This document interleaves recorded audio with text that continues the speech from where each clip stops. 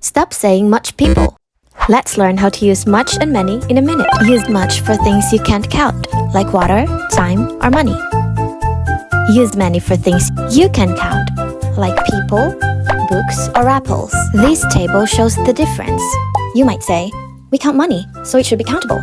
But money is a general amount. Think of it like this. Let's practice. How many chairs? How much sugar? How many books do you have? How much water do you drink? How many people are there? How much time do you have? How many coins do you have?